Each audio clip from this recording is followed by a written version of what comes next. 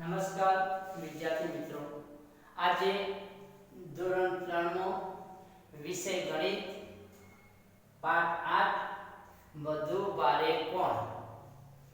અહીંયા 1 કિલોગ્રામ ગોળ અને 1 કિલોગ્રામ મગફળી આપેલી છે. તો આ બંને એક જ કિલોગ્રામ છે. બંને અલગ અલગ થેલીની અંદર પેક કરેલી છે. હવે મગફળી કરતા ગોળની થેલી નાની હોય છે. એવું કેમ? કારણ કે મગફળી પણ 1 કિલોગ્રામ છે, જ્યારે ગોળ પણ 1 કિલોગ્રામ છે. છતાં બંને કરતા મગફળી થેલીની અંદર વધારે લાગે છે, જ્યારે ગોળ એક થેલીમાં ઓછો લાગે છે. એટલે થેલી નાની હોય છે. કારણ કે ગોળ એ વજનમાં વધારે હોય છે, જ્યારે મગફળી વજનમાં ઓછી હોય છે.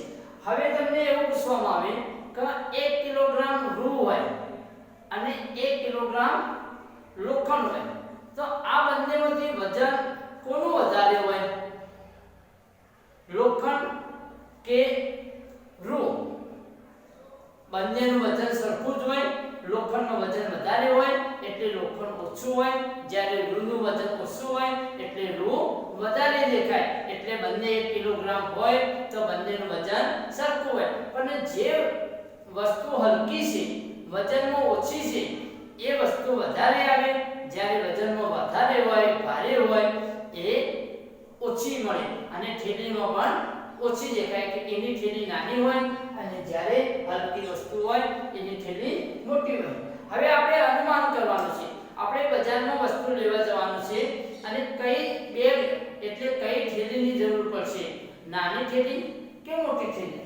હવે 1 કિલોગ્રામ વટાણા છે અને 1 કિલોગ્રામ બટાટા છે.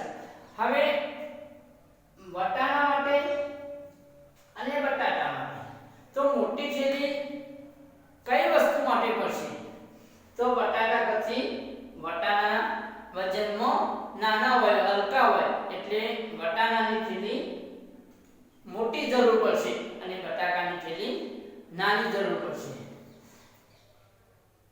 હવે 1 કિલોગ્રામ પોપકેન અને 1 કિલોગ્રામ ખોળ, આ બંનેમાંથી મોટી થેલી કઈ વસ્તુની જરૂર પડશે? એટલે પોપકેન છે એ હલકી વસ્તુ છે એટલે વધારે આવશે અને એટલા માટે એ હલકી વસ્તુના કારણે પોપકેન માટે મોટી બેગની જરૂર પડશે, જ્યારે ખાંડ વજનમાં આવે એટલે એના માટે પોપકેન કરતા નાની થેલીની જરૂર પડશે. અહીંયા એક સિંચવો છે. સિંચવો તમે જોયેલો હશે, કારણ કે સિંચવાના એક છેડે બેસવાનું હોય, બીજા છેડે બીજો માણસ બેસે, એટલે બંનેનું વજન સરખો કરવા માટે આપણે જોતા હોઈએ છીએ. અહીંયા એક સિંચવો છે. એક સિંચવામાં એક કોળું સરસ મજાનું બેઠું હતું અને વિચાર કરતું હતું કે મારા સામે કોઈ વસ્તુ આવીને બેસે અને મારું સિંચવું અદ્ધર થાય. તો કોળું આરામથી બેઠું હતું. એવામાં એક ટામેટું ફરતું ફરતું આ સિંચવાના બાજુમાં આવી અને એ સિંચવાના એક છેડે બેઠું. એક છેડે બેઠું પણ કોળું તો શું હતું? મજાથી બેઠેલું હતું. સહેજ પણ એનો સિંચવો અદ્ધર થયો નહીં. એવું કેમ? કારણ કે કોળાનું વજન વધારે હતું, જ્યારે ટામેટાનું વજન ઓછું હતું. એમ કરતા કરતા 1 2 3 4 ટામેટા બેઠા. છતાં પણ કોળાનો જે કોળું બેઠેલું હતું એ ભાગનો સિંચવો ઊંચો થયો નહીં. હવે એ ટામેટા નીચે ઉતરી ગયા અને મોટા ટામેટા વારા પરથી 1 2 3 4 5 એમ કરતા કરતા એક છેડે 20 ટામેટા બેઠા. 20 ટામેટા બેઠા એટલે કોળું સિંચવો ઊંચો થઈ ગયો. વધારે ઊંચો થઈ ગયો એટલે કોળા કરતી 20 ટામેટાનું વજન વધારે થયું. હવે કોળાનો વજન હવે મોટા ટામેટા 20 બેઠા હોય અને કોળાનો વજન કરતો વધારે હોય તો નાના ટામેટા કેટલા હોય અને કોળાના બરોબરમાં આવે તો નાના ટામેટા 40 જેવા આપણે સામે મૂકીએ તો કોળાના વજન કરતો બરાબર આવે. હવે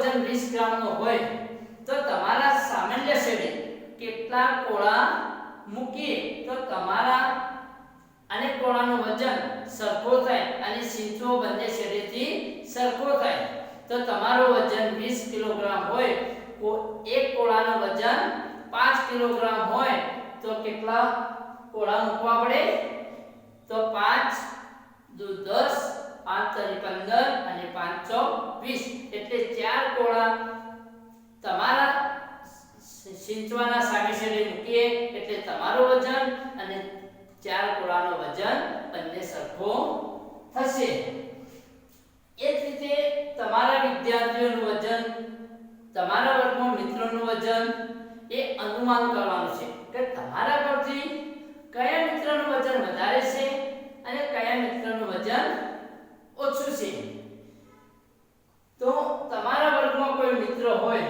એ મિત્રનું વજન 20 કિલોગ્રામ હોય તો તમારો વર્ગમાં કોઈ મિત્ર હોય એ મિત્ર બહુ પતલો હોય તો એનું વજન 15 કિલોગ્રામ હોય તો તમારા કરતી તમારા મિત્રનું વજન કેટલા કિલોગ્રામ ઓછું છે તો તમારું 20 હોય તો એનું 15 હોય તો 5 કિલોગ્રામ વજન તમારા કરતી એ ઓછું છે પરંતુ તમારા જ વર્ગમાં કોઈ વિદ્યાર્થીનું વજન 25 કિલોગ્રામ હોય 25 કિલોગ્રામ વજન હોય તો તમારું 20 કિલોગ્રામ હોય તો તમારા કરતો એ વિદ્યાર્થીનું વજન 5 કિલોગ્રામ વધારે હોય એ આપણે અનુમાન મારવાનું છે કે આપણા વર્ગની અંદર અથવા આપણા આડોશી પાડોશીની અંદર આપણા ઘરની બાજુમાં રહેતા હોય આપણા મિત્રો એમનું વજન માપવાનું અને આપણું વજન માપવાનું તો આપણા વજન કરતો આપણા મિત્રોનું વજન કેટલું વધારે છે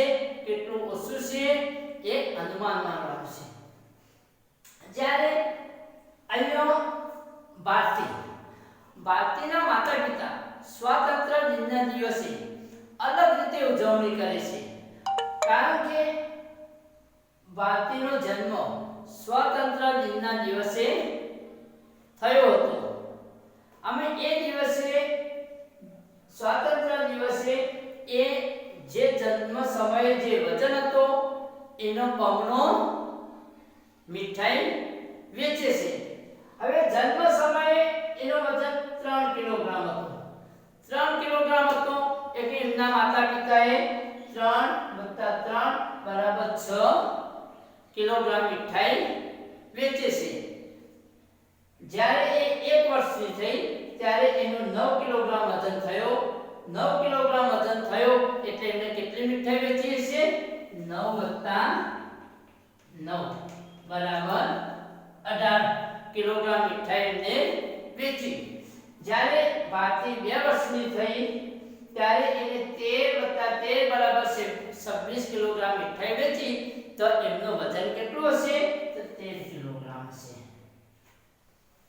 હવે 3 વર્ષ થયા એટલે એને 17 કિલોગ્રામ એનો વજન થયો તો એમના માતા-પિતાએ કેટલા કિલોગ્રામ વેચી છે મીઠાઈ તો 17 + 17 એટલે 34 કિલોગ્રામ બમણી વેચવામાં આવે એટલે જે વજન થાય એના ડબલ કરી દેવામાં આવે અને એટલી મીઠાઈ એ દર વર્ષે વેચે છે જ્યારે બાકી 4 વર્ષની થાય ત્યારે એનો વજન પણ આપેલો નથી એને મીઠાઈ પણ આપેલ નથી પણ આપણે અનુમાન કરીએ કે જ્યારે જન્મ સમયે 3 વર્ષની હતી પછી 9 વર્ષ થઈ એટલે 6 કિલોગ્રામ વધ્યા 9 પછી 13 એટલે 4 કિલોગ્રામ વધ્યા 13 પછી 17 4 કિલોગ્રામ વજન વધ્યું એટલે આપણે 17 પછી 4 અથવા 5 કિલોગ્રામ વધારે અનુમાન કરીએ 17 થી 18 19 20 21 અને 22 કિલોગ્રામ વજનનું અનુમાન કરી શકીએ તો 22 + 22 = 44 કિલોગ્રામ વજન